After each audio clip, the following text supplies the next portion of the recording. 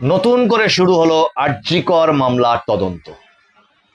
কলকাতা হাইকোর্টের division bench মাননীয় বিচারপতি শম্পা সরকার এবং তীর্থঙ্কর বসু ডিভিশন বেঞ্চে নতুন করে তদন্ত শুরু করবার জন্য সিবিআইকে নির্দেশ দেওয়া হলো 3 সদস্যের সিট গঠন করে, এবং তার মধ্যে একজন অবশ্যই যুগ্ম অধিকর্তা, জয়েন্ট ডিরেক্টর পদমর্যাদার। এবং সেখানে তাদের দেখতে বলা হয়েছে আগের দিন নৈশভোজ থেকে শুরু করে পরের দিন পর্যন্ত দেহ দাহন করা পর্যন্ত পুরো ঘটনাক্রম, তাতে কারা কারা কি কি ভূমিকা রেখেছে সমস্ত কিছু নতুন করে তদন্ত করে দেখতে বলা হলো।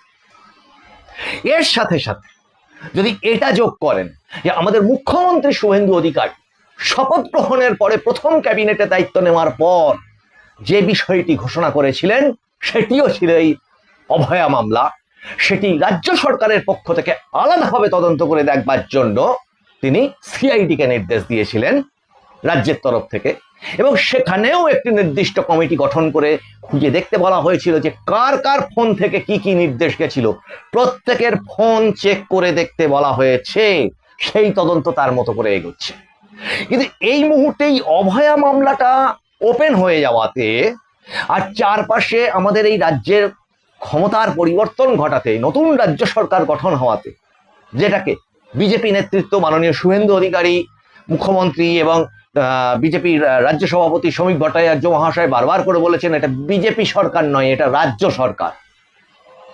কাজেই এই রাজ্য সরকার গঠন হওয়ার পর চতুর্দিকে যে পরিমাণে ধরপাকড়, গ্রামে গ্রামাঞ্চল থেকে শুরু করে শহরাঞ্চলে কোনো দুর্নীতিগ্রস্ত কাউন্সিলর, চেয়ারম্যান, সভাপতি, মেম্বার, পঞ্চায়েত প্রধান, এই সমস্ত যখন ধরপাকড় হচ্ছে, সঙ্গে অসংখ্য তোলাবাজ দুর্নীতিগ্রস্ত মানুষজন যখন ধরপাকড় হচ্ছে, তখন এই মামলাটা ওপেন হয়ে গেল। তার সাথে কিন্তু আরো বেশ কয়েকটা ঘটনা এর সাথে ওতপ্রোতভাবে জড়িত, যে অশান্তি নিকেতন ভাঙার অর্ডার এসে গেছে। টালির চালা দেখিয়ে যে সরকারটা টিকে ছিল এতদিন ধরে, ওই অশান্তি নিকেতনের সঙ্গে আরো 17খানা প্রপার্টি, যে প্রপার্টিটা কিনা সেই মানুষটি যে 7 লক্ষের বেশি ভোটে লোকসভা একটি আসনে যেতে, তার যে কারিগর ওখানকার সাগরেদ পুষ্পা, সে নাম উইথড্র করে পালিয়ে গেছে। যে অভূতপূর্ব শান্তির ভোট আজকে ফলতা দেখছে। আজকে ভেবে দেখুন তো, আজকে যে তারিখটা, তার থেকে ঠিক 1 মাস পিছিয়ে যান, ভাবা গেছিল কি যে কোন ওই ফলতাতে এই রকম নিশ্চিন্ত শান্তির একটা ভোট হবে? কল্পনায় ছিল মানুষের কল্পনাতেই ছিল না যে কি ভয়ঙ্কর ভয়ঙ্কর হুমকি একটি রাজনৈতিক দল সেই নির্বাচনে জিতে ক্ষমতায় আসার জন্য তার মূল কর্মসূচিটা কি, মানুষকে ফিরে এসে মানুষকে কি কিভাবে কত রকম ভাবে মারবে, মেরে নতুন ইলেকট্রিক চুল্লি শ্মশান তৈরি করে দেবে, পুরো রাজ্যটাকে শ্মশানের শান্তি নাকি বিরাজ করিয়ে দেবে, এরকম একটা কথা শুনেছি। ডিজে বক্স বাজাবে, তো ওসব ছেড়েই দিন। আবার তার পিসিমণি বলেছিলেন যে একটা কমিউনিটিকে ঘিরে আর একটা কমিউনিটি দিয়ে ঘিরে 1 সেকেন্ডের মধ্যে 12টা বাজিয়ে দেবেন, গলায় পোস্টার ঝোলাতে হবে। পুরনো হয়ে গেছে, মানুষ ওগুলো নিয়ে আর ভাবছে না। কিন্তু এবার মানুষ দেখতে চাইছে এদের কি হয়। তাহলে আরজিকর মামলার ফাইল দিয়ে প্রথম শুরু করলাম কেন? তার কারণ আজকে 21 তারিখ ফলতায় ভোট হচ্ছে।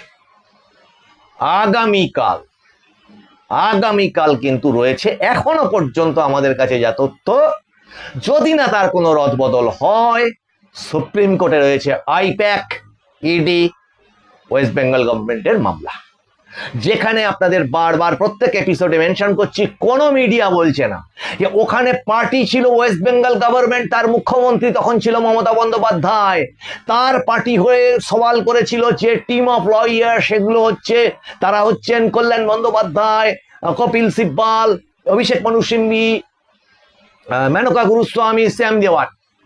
এ বাদে তৎকালীন ডিজিপি রাজীব কুমারের হয়ে, সিপির হয়ে আলাদা আলাদা আলাদা আলাদা উকিল তারা সওয়াল করেছিলেন।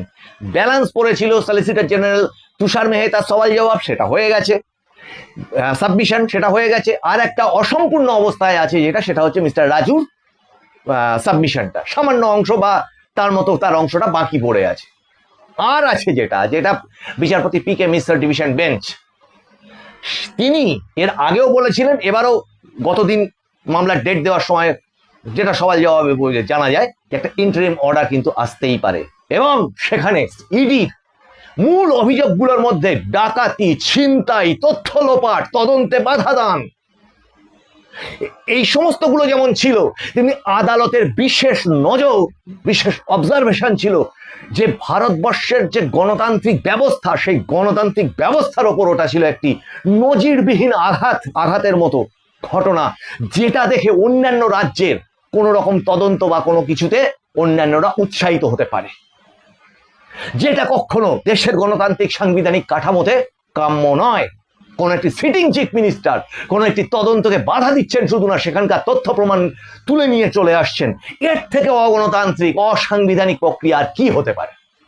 কাজেই সেইটাও কিন্তু মানুষের দেখার অপেক্ষায় রয়েছে। ওদিকে বাড়ি ভাঙার অর্ডার, এদিকে ইডি আইপ্যাক কেস উঠতে চলেছে সুপ্রিম কোর্টে, যেখানে এই মুহূর্তে রাজ্য সরকার কিন্তু আর ওই রাজ্য সরকার তৃণমূল কংগ্রেসের সরকার নয়, যারা ওই মামলাটার বিরোধিতা করছিল ইডির।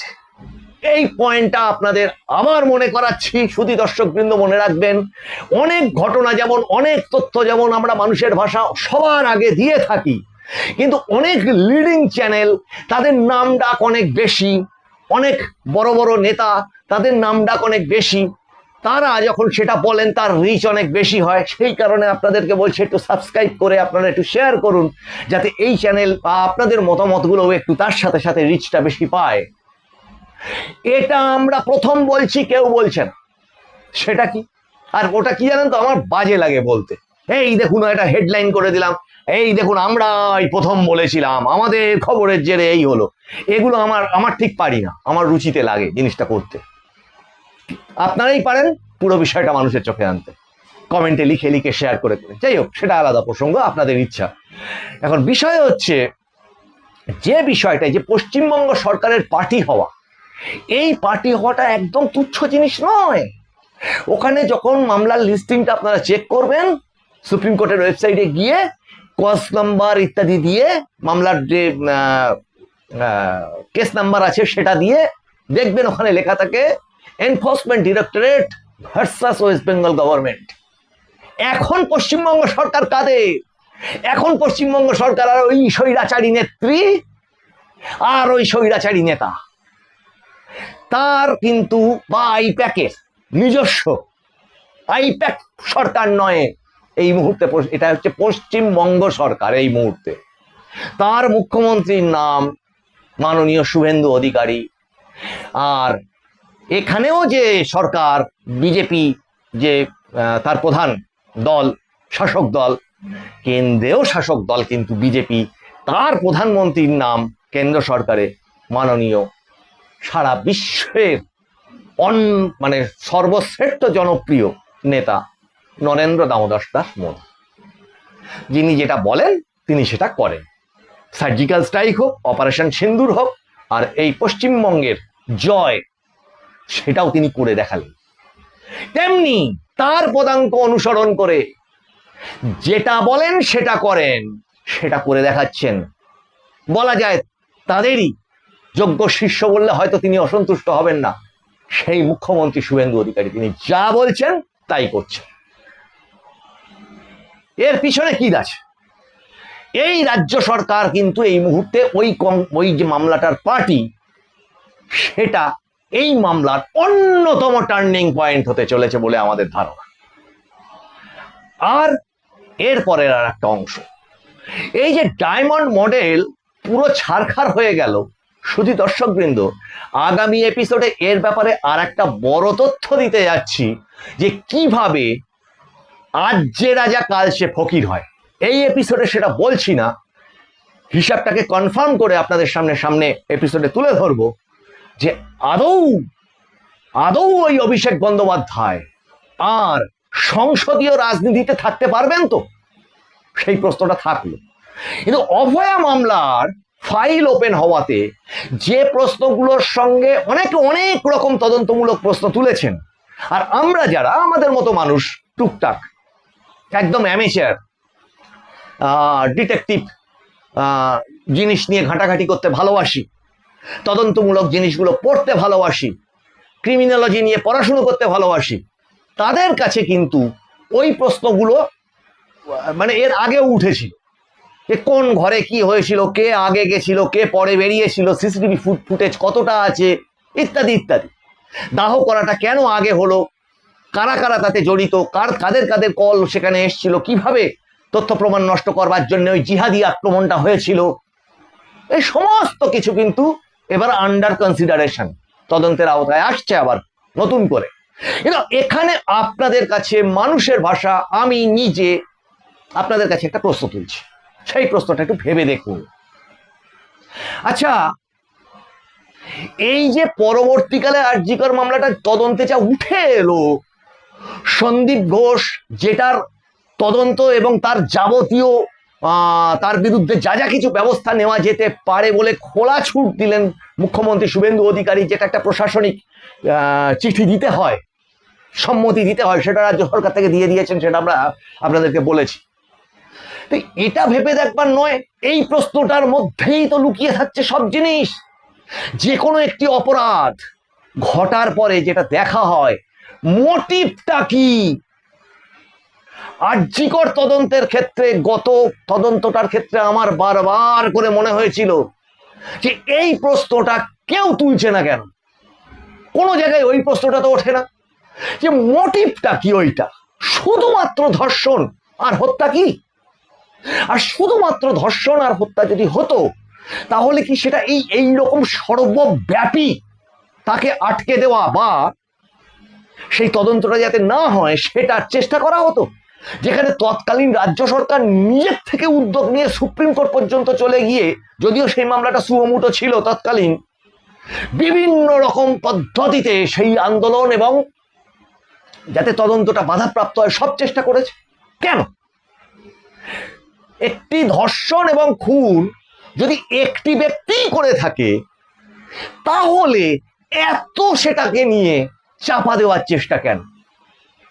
আর সেই ধর্ষণ এবং খুনটি মোটিভটা কি যদি অতটাই সর্বব্যাপী হয়, তাহলে খুঁজলে কি এটা পাওয়া যাবে না, বা পাওয়া যেতে পারে কি?